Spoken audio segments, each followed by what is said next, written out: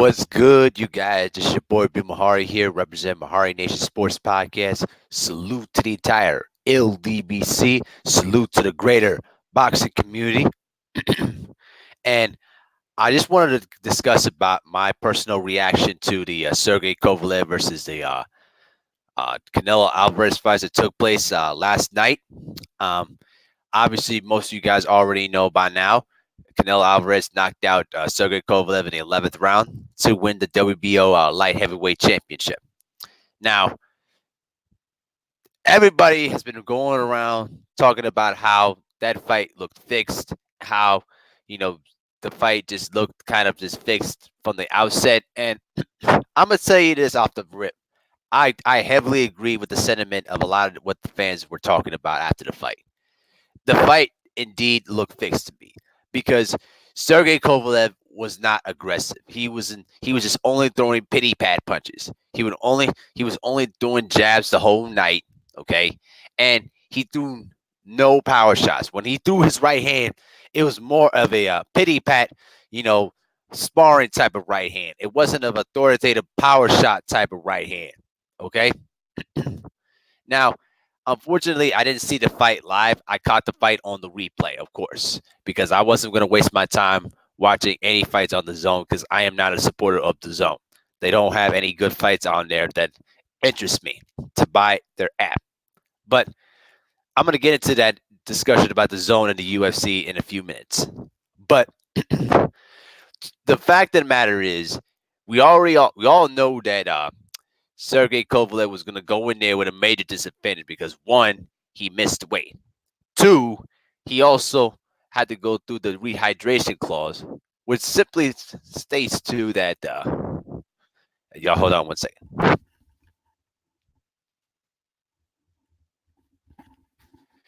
Okay, so big things happened. One, he had to go through the rehydration clause. Okay.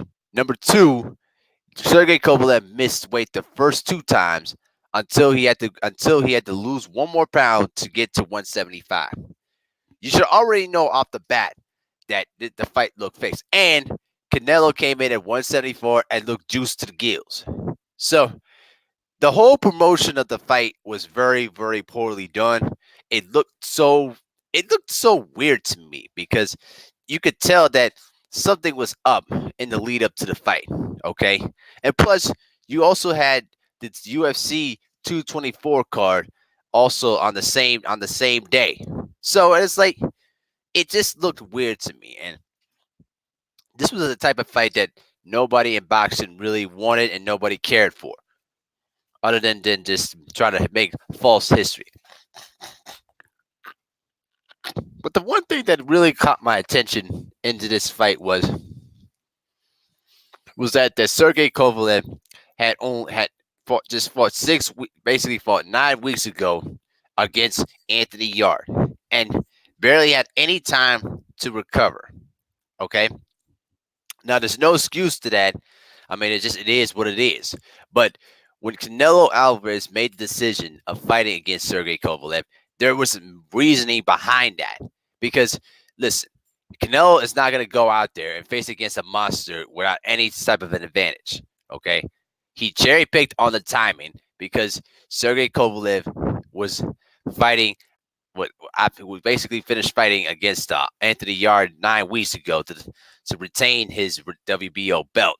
Okay, then you're asking him to fight against a guy in Canelo Alvarez who's going to put in all sorts of advantages, clauses in that contract, though. I mean, it just was absolutely ridiculous. Okay. Then I'm sitting here watching the fight, and I felt like this fight was just too rigged because Canelo Alvarez wasn't doing much at all, and Sergey Kovalev was only throwing just jabs and weak right hands. He wasn't even throwing any authoritative punches at all. It just looked so suspicious to me, and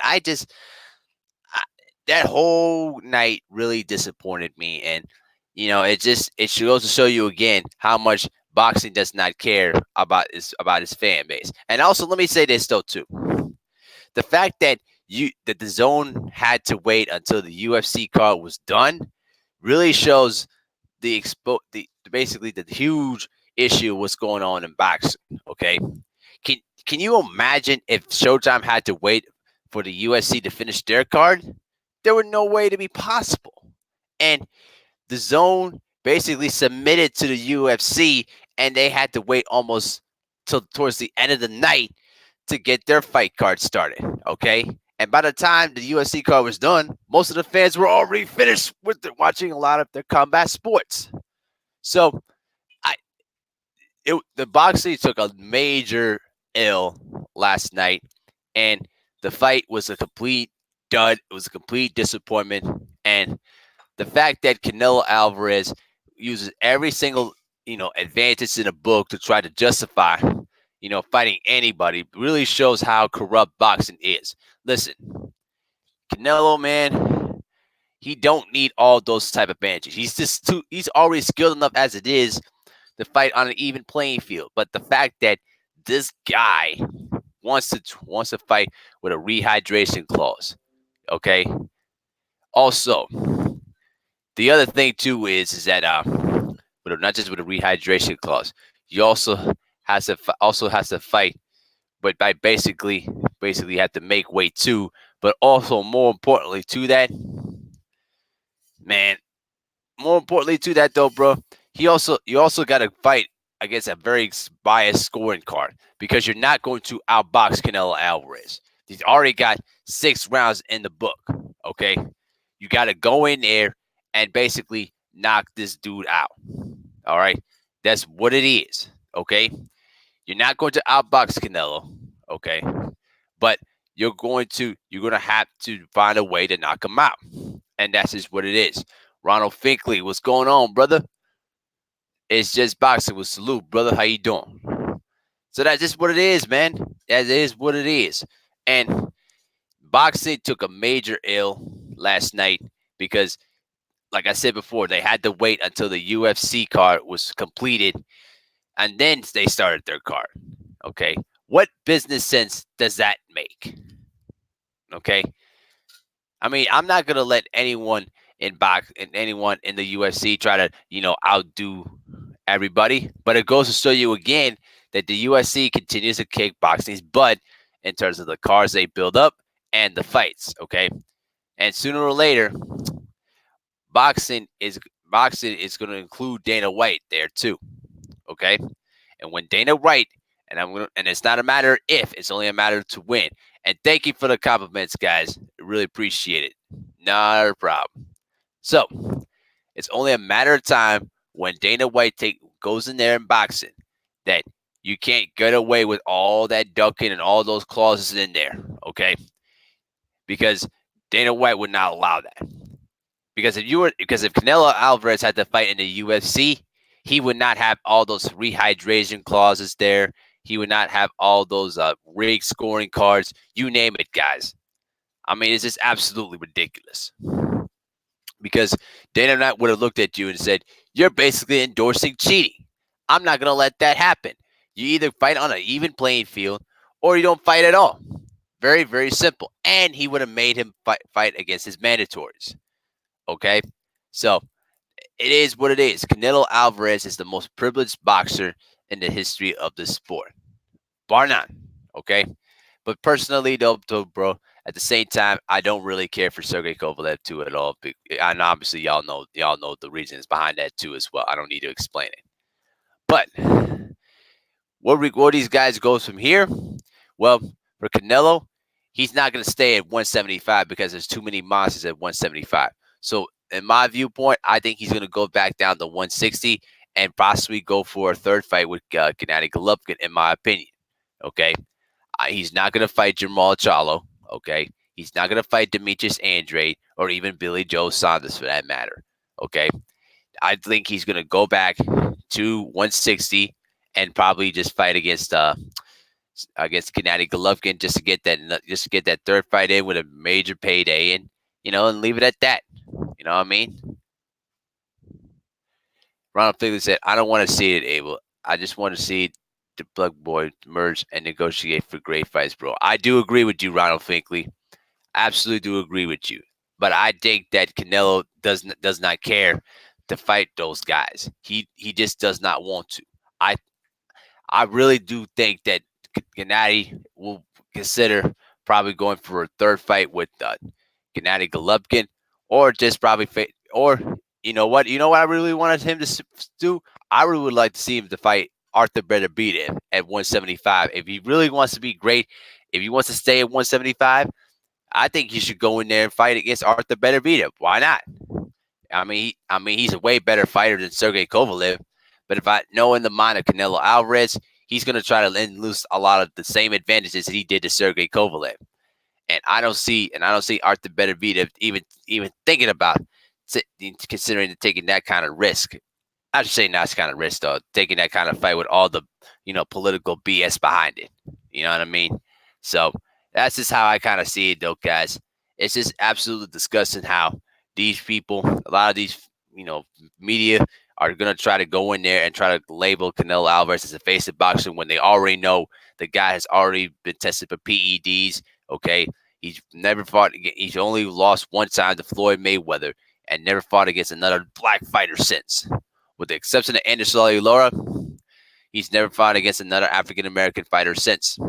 So that's just how it goes. That's just how it is. So at the end of the day, Canelo Alvarez is just going to be a guy that's going to do whatever he wants. He don't care about legacy. He don't care about anything else. He's just in it for the money.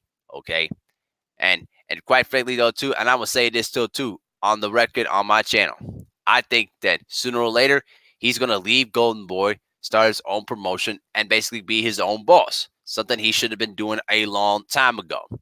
Because you also have to remember that Oscar De La Hoya did not want Gennady Golovkin face. I'm sorry, he didn't want Canelo Alvarez to face against Sergey Kovalev. Just remember this though too. When the Anderson Lara fight was made, Oscar De La Hoya did not want that fight, but it was Canelo Alvarez who demanded that fight. Okay, and they got the fight, and basically that fight was also rigged too. Okay, because I believe that Anderson Lara won that fight too as well. So when you anytime when you face against Canelo Alvarez, you have to assume that you're going to be behind by the scorecards by at least the fifth round, because you're not going to earn those kind of rounds by just thinking you're going to outbox Canelo Alvarez. Okay, you're going to go in there basically to go in there. You got to go in there to try to knock out Canelo Alvarez. You understand what I'm saying? E. Woodson, what's going on, brother? How you doing? So it was really a disgusting time. And also what really caught my attention though too was that a lot of the fighters that were in attendance in that fight even believed that the fight was rigged. Badu Jack even said on camera he felt that the fight too was rigged as well, because Sergey Kovalev was not being aggressive. He was only throwing get away from me punches. Okay, he wasn't even throwing any power shots. He was just jabbing the whole night. Okay, and Canelo Alvarez, basically took his time and just, toyed around with Sergey Kovalev until the 11th round, and that's when he got him out of that. And look, man, I just find it hard to believe that Sergey Kovalev would have been seriously hurt like that. Okay, I just think that that fight was just too suspicious, too rigged, but no one's gonna go ahead and question it because they don't want to get into the bad graces. All right. He said, Ronald Pigley said, false. They false. They leading us on Mahari Nation. I don't see an end for Oscar and Canelo, but he definitely needs to be banned from talking from. He definitely needs to be banned from talk on LDVC boxing sites on not fighting Charlo or Andrade. I do agree, bro. I do agree, absolutely, though, man. What's going on, 503? How you doing, though, man? Boy, everybody's coming in thick today. Man, I was actually going to go on for a short period of time, but boy, this is really been coming in thick today. Hey, Stormy B, man, what's going on, though, dude? Thank you for the birthday compliments, though, guys. Yes, today is my birthday, though, guys. So I'm officially turned 27 today, and so yeah, it's really been a blessing to make it this far to 27 years old, but it's still got a lot more things to accomplish in life. So thanks to you for all the birthday compliments. So I'm not going to endorse, Andrade or Charlo to fight each other because if they're gonna shove us that Canelo Alvarez is the face of boxing but has not fight either of those two guys, then I'm not gonna ask them to fight each other. That's just is what it is. 503 line says, I like the fight last night. Canelo did what he was supposed to. I do agree, man. Absolutely. Thank you, Ronald Finkley. Appreciate it. E. Wilson said, salute Stormy B Man, Shot Town OG. Absolutely. Y'all go ahead and subscribe to Stormy B Man, man. Stormy B Man at 503 line, though, bro. We need to continue to keep supporting each other. But was just despicable about that whole night was, like I said before, Dana White basically made boxing look like jackasses. Okay, because they the zone had to wait until the UFC card was concluded. What does how does that make any sense to me? I'm really just trying to bottle my mind, thinking like, come on, man. Just unbelievable, bro. You know what? Just unbelievable. But this is how boxing, treats the fans. This is how boxing treats their fans every single time. They try to force feed, an agenda. They try to force feed an agenda that is just completely false. They want you to support these kind of fighters that don't really deserve that kind of hype and that kind of recognition. You guys already saw what happened to Lomachenko too, and to Canelo Alvarez. Okay, especially with the WBC franchise tag that's been passing around like candy. All right. So, at the end of the day, though, man, Canelo Alvarez did what he had to do. I didn't even bother watching the fight. Thankfully I watched it on the replay, but it just, what's so funny to me that, and also salute the barbershop conversation with that great interview with Kathy Duva. That woman had the temerity and the unmitigated goal to say, "Oh, don't worry, we're just fine. Okay, we'll be fine. Even win or lose, we're all just gonna be fine." I'm like, why would you? Why would you even say that kind of rhetoric, man? Like, why would you even say that? You gotta go in there. You're going in there against Canelo Alvarez. You gotta go in there to try to knock him out. You know, it just was just so it just looked rigged, and this is where boxing is heading into now. It's now becoming more of the entertainment side of things instead of a competitive sport. Okay, now let me ask y'all this: if Wilder had the same type of advantages that Canelo Alvarez has had throughout his entire career, what do you think the media will do to Deontay Wilder? Okay. Y'all already know this would be a complete double standard because they would basically rip and ridicule Deontay Wilder at every single second, okay? And then they would do whatever they can to make sure that both Vasil Lomachenko and Canelo Alvarez get a pass. What it is. Boxing conversation with Reggie Owens. Salute, brother. How you doing though, man? So yeah, bro. It was just the whole card disappointed me, bro. And just everything surrounding that whole promotion leading up to the fight just was really disappointing, though, bro. You know what I mean? Ronald Figley said the best was a woman's fight, Marlon Esperanza. Oh yeah, word up, for sure, for sure. So I cannot wait for. Listen, we're about we're nearly about 3 weeks away. We're nearly about 3 weeks away from Deontay Wilder versus Luis Ortiz. That I cannot wait. I cannot wait for that fight. All right. This is where you're gonna see the real face of boxing, and that is Deontay Wilder. Okay, and you're gonna see what Wilder does, what he does best, with no advantages whatsoever. Go in there and beat a top heavyweight in Luis Ortiz. But keep this in mind. It's not gonna be easy. I believe that the rematches are gonna be a bit more tougher than the first fight. So let's go ahead and check out the chat real quick. E Wilson said, "Happy B Day. I turned 40 this July. You still a youngin." I know I am. I know I am. But my mind just feels like it's still like an old man. Stormy B Man says it's just relaxing, showing some love. Boxing conversation with Reggie Williams said last night was a reflection of Golden Boy, DAZN, and De La Hoya, Canelo, not just boxing. I do understand that, Mr. Owens. I do understand that. You know what I mean? I will say this though too. Boxing was got slapped in the face by UFC last night. But to be honest with you, you know, the whole fight it was just a complete embarrassment. And it's just boxing made a great comment. He said they were booing Canelo and Sergey last night. Right. Because listen, it was a fight that nobody even wanted to see.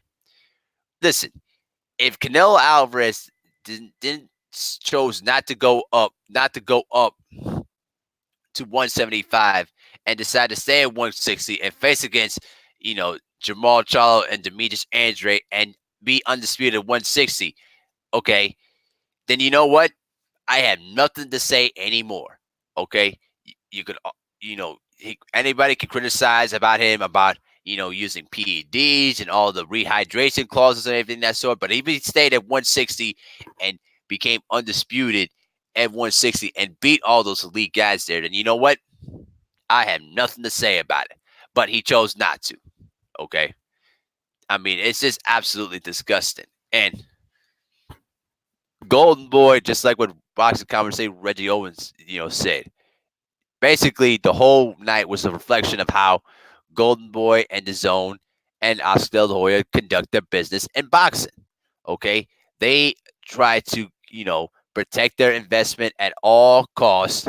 Okay, without without any disregard to the integrity of the sport.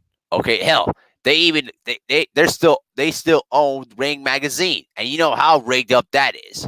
Okay, so I mean, it was just the whole card was just a completely disappointment. You know what I mean? Bible 3 line asked a question. He said, "What if Canelo fights Dimitri Bivol or Cabildo Ramirez?" Then you know what? If he goes in there and beats those guys, then you know what? Major respect for that. And Bible 3 line says, "I think he stays at 175 and fights more of those Eastern European guys." You know what? He might do that too. But look, I don't I don't really think that he will stay at 175 and face those monsters, because you also have to remember, okay, it there's a reason why Canelo Alvarez chose Sergey Kovalev, because he saw him as the weaker of the champions at 175. All right. Hey, Supreme Boxing Talk. What's going on, brother? How you doing though, man? Hold on a second though. There you go. There's your wrench. All right. So, yeah, and also y'all go ahead and subscribe to Supreme Beast Boxing Talk. I'm telling you, those 3-man panel though, guys, y'all entertaining. Y'all putting in a lot of a lot of work. So you know what I mean. But if Canelo decides to stay at 175, the the two fights I would want him to see, I want to see. Uh, Obviously, I wouldn't want to see Gilberto Ramirez and then Dmitry Bivol, or even Arthur Beterbiev. And I'm gonna tell you this though, Arthur Beterbiev, it would be a much more of a tougher fight, because Arthur Beterbiev will hurt Canelo Alvarez. You already know what time it is when those two guys decide to fight. Okay. Ronald Figley said Canelo is a joke to be that small and claiming elite. Exactly. And the sad part is that he is not a guy that's going to try to go in there to fight against the best, because he always wants to fight. He always wants to fight against a guy that is the weaker of the division and try to claim himself to be the best. I mean, I don't listen. Somebody during 70 Sports TV's live stream even tried to claim it as the number one pound for pound fighter in the sport. I That should never ever be in the discussion, because the guy failed the PED test and always has to fight with an advantage. Okay, so truthfully though, bro, he does not belong in that discussion. He don't even belong in a discussion in my book, because when you already proven that you've cheated in the sport, you don't belong in that conversation. Sorry. So I would love to see Canelo fight against Arthur Beterbiev, just like with boxing conversation with Reggie Owens said, and then also E. Wilson said, I want to see him get that smoke with Beterbiev. I want to see him against somebody that wants something that is not over the hill. Oh yeah, that absolutely. I would have no problem with that whatsoever, though, bro. For sure about that. He said, "I get that." And Ronald Pickett said, "I get that part 503 line." Oh yeah, absolutely. So, man, that whole night was just absolutely crazy. But I don't see. Listen, I don't really see Canelo fighting against Arthur Beterbiev. If he felt that he could beat Arthur Beterbiev, he would basically make that fight happen. But I don't see that happening in the near future. You know, I tend to think that he'll probably face against another weaker champion or probably go back down in weight to at least to 168 or even back to middleweight. Okay. But the walls are closing in on Canelo because listen, it's only you can only fight the weaker of the elites for so long until you got no choice than to fight against an elite fighter. But as everybody in the chat knows, Canelo Alvarez does whatever he wants to do, and nobody's going to tell him what to do. That's how it goes down. Canelo is his own man, and honestly, though, bro, it's like I said earlier, it's only a matter of time before Canelo leaves Golden Boy and Golden Boy Promotions goes under smoke. Okay, y'all guys know what it is. Y'all guys know what's going on. Oscar De La Hoya is going through another issue, no, on another sexual assault lawsuit again. Okay, going through multiple drug issues and a lot of freakish stuff behind the scenes, not taking care of his business. I mean, it's just a complete mess with Golden Boy. Ronald Fickley said Canelo threw a lot of wide shots, and an elite boxer would beat the brakes if they could avoid his power. Right? Absolutely. See, I bet you this. I bet you during the fight, Canelo wasn't even concerned about Sergey Kovalev's power because Sergey Kovalev was only throwing pity pat punches. He wasn't throwing no authoritative punches. He wasn't says that's what I'm saying. These dudes want respect, but they ain't earned it by basically cherry picking. Exactly. And I could and also I was also on Blue Blood Sports TV's live stream Friday night, and we had an issue. We had a debate about the definition about cherry picking. Listen, I'm gonna say it off. I'm gonna say it on the record on my channel. Canelo Alvarez obviously cherry picked that fight. Obviously, I mean there's no way to spin it. He cherry picked the opponent and cherry picked the timing. Okay, listen. He didn't want any smoke with Arthur Benavidez or Gilberto Ramirez. He knew who was the weaker of the champions at 175. Okay, and what is the best way to try to make false history on your false legacy? That's beating a guy named Sergey Kovalev who got beat the brakes off of against Andre Ward in their second fight, and who got knocked out brutally by Elder Alvarez.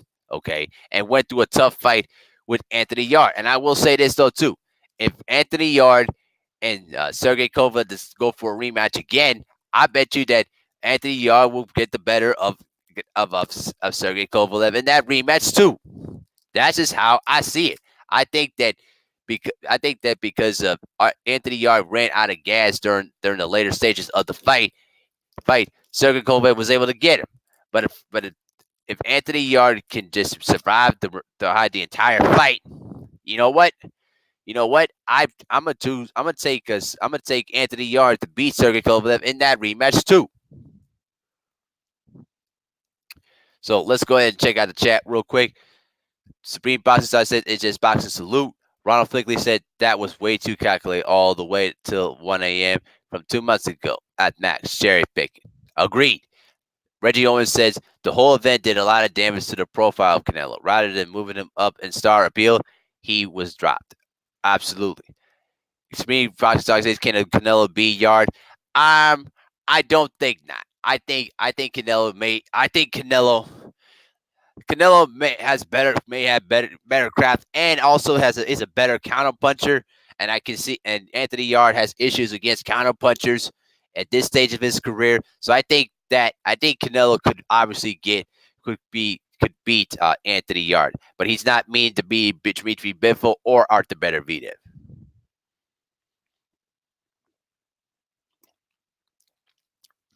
So that fight was a complete disappointment and a slap to the face to all boxing fans. Because without the support of all the LWC brothers, I would just walk away from boxing right now because of all the political BS and drama that goes on behind the scenes, especially in boxing. I mean, absolutely ridiculous, bro. So it is what it is, though, man. But you know, I'm just tired of all the drama in boxing. I'm tired of all the false lies and contradictions and double standards. I mean, it's just absolutely ridiculous. E Woodson said, Supreme Boxing Talk, just sub to you, fam. Thanks, guys. Yeah, go ahead and subscribe to Supreme Boxing Talk, though, guys. You know what I mean? 503 times. I think Canelo can beat Anthony Yard. I think so too. I think Canelo's superior counter punching and better defense will give Anthony Yard a lot of problems because Anthony Yard does intend to run out of stamina deep into the championship rounds. But I think that Anthony Yard has better athleticism to try to overcompensate that. But if he doesn't get on, but if he doesn't hurt Canelo in the early rounds, then I think Canelo gets him. Boxing conversation. Reddit said no. Boxing's still great. Have to step aside the people that self-sabotage in the game. Agreed. I do agree. I still think boxing is still a great sport. I think that it's just a lot of the people that creates a lot of the BS that's going on in boxing is really what has been hurting the sport. E. Woodson says Yard ain't ready for Canelo yet at 503. Absolutely. Ron Figure said I'm bashing Canelo fans on site. Fight the Lion or fight Andre, or his fans are a joke to boxing heads. Boxing heads. Oh yeah, absolutely. Listen, we have to really voice our pretty much our disgust with what's going on with Canelo Alvarez. Okay, he cannot continue and fight more cherry pick fights and avoid against fighters that could really challenge his greatness. Because listen, if he don't fight against those guys, the Andres or the Charles that would really test his greatness in the ring, then what we're gonna say about Canelo Alvarez down the line? Okay, we're gonna say that he was a good fighter, but was he really a great fighter? Okay, those are the things you have to think about it. Think about you guys. Just like what Ronald Figure was saying to us. Okay. So, it is what it is, though, bro. So I'm just was just disappointed on the fight, though. So, you know, I just pretty much expressed my disgust at the fight. So it is what it is. But I'm just gonna go ahead and just those fights are never gonna happen. OG run. I know, bro. We all want those fights to happen, but we all know that Canelo will never ever take those kind of fights ever because he rather live with making a lot of money than just fighting against the best, and that's just a complete slap into the face to all boxing fans that want to see the best fights out there. Ronald Fickley says everybody's get ready for a real fight. Deontay that Downs Wilder versus Deontay Wilder versus Luis King Kong Ortiz November championship boxing. Oh yeah, and don't worry, we're gonna be hot. Don't worry, that fight. I'm telling you, a lot of the real boxing fans are very cannot wait for this rematch though, bro. And I'm ordering that pay per view ASAP Rocky. Okay, so it's gonna be an epic night on November 23rd when those two guys fight each other for the WBC belt and really stick it to Anthony Joshua and Tyson Fury for basically ducking the smoke with Deontay Wilder. Y'all know this. So, okay, guys. So I'm gonna go ahead and just spend some time with the family, and just I'm gonna go ahead and shut it down with you guys, though. But it was really fun, to talk about all this good boxing stuff, though, man. and hopefully that a lot of the leeches that's been going on in the sport will be eviscerated from boxing. It's just boxing says win or lose. It's a reason Canelo ducked the Charlo brothers and Andrade at 154 and 160. Absolutely, no argument from me. So I'm gonna go ahead and shut it down for the night, though, guys. But I will be there, every single time. I'll be there all day long on the LDVC chats, and I'll be back Thursday on my normal time for Uncut Talk, and then we'll discuss more boxing stuff there on Thursday. Then back to basketball conversations on Friday, and then boxing talk on Saturday afternoons. Yep. Thank y'all for tuning in. This your boy B Mahari here, represent Mahari Nation Sports Podcast. Salute to the entire LDBC and new media, just like what Ronald Fickley said. All right, y'all. Have a good night.